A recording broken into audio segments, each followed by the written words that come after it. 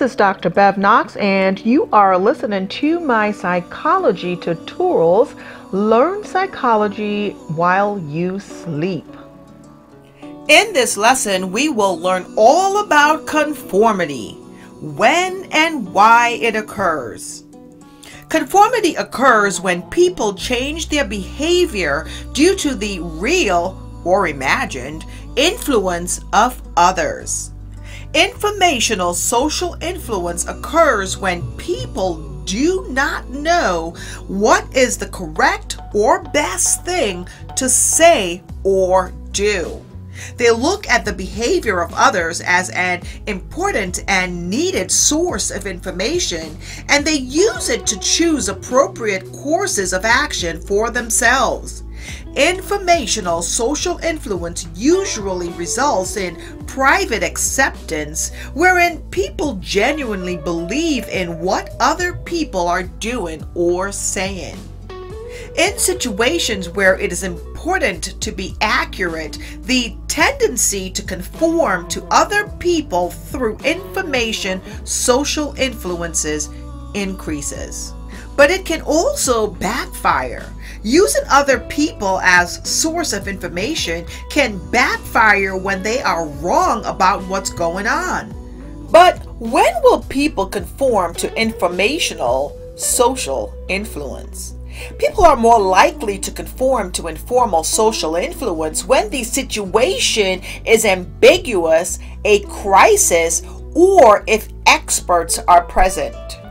Now let us review normative social influence, the need to be accepted.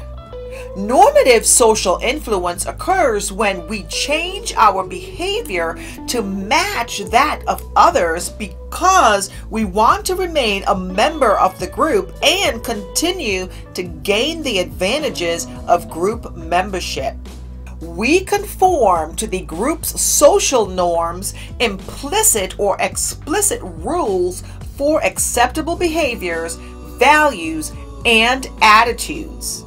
Normative social influence usually results in public compliance, but not private acceptance of other people's ideas and behaviors. The Asch line judgment studies in a series of classic studies, Solomon Asch found that people would conform at least some of the time to the obviously wrong answer of the group.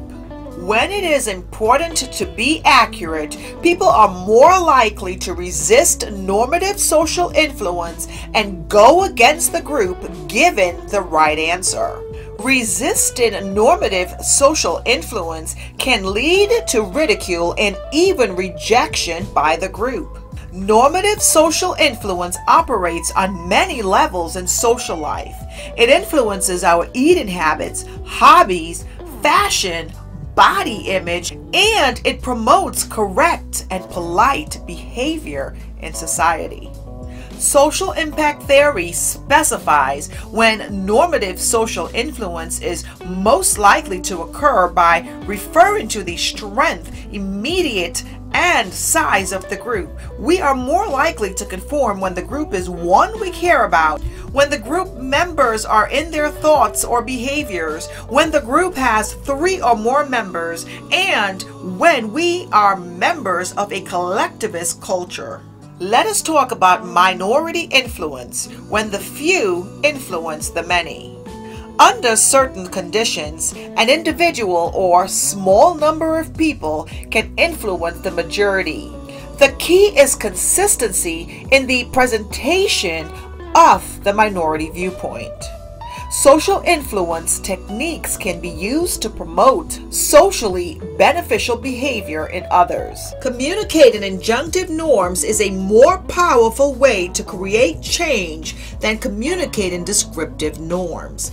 In addition, one must be careful that descriptive norms do not create a boomerang effect. In the most recent series of studies in social psychology, Stanley Milgram examined obedience to authority figures. He found chilling levels of obedience to the point where a majority of participants administered what they thought were near lethal shocks to a fellow human being. Participants conformed to the wrong norms. They continued to follow the obey authority norm when it was no longer appropriate. It was difficult for them to abandon this norm for 3 reasons. 1, the fast-paced nature of the experiment. 2, the fact that the shock levels increased in small increments. And 3, their loss of a feeling of personal responsibility. Milgram's research design was criticized on ethical grounds involving deception, informed consent, psychological distress, the right to withdraw, and inflicted insight. A current U.S. replication of the Milgram study found that the level of obedience in 2009 was not significantly different from what was found in the classic 1960s study. There was no difference in obedience between men and women participants in the 2 different time periods.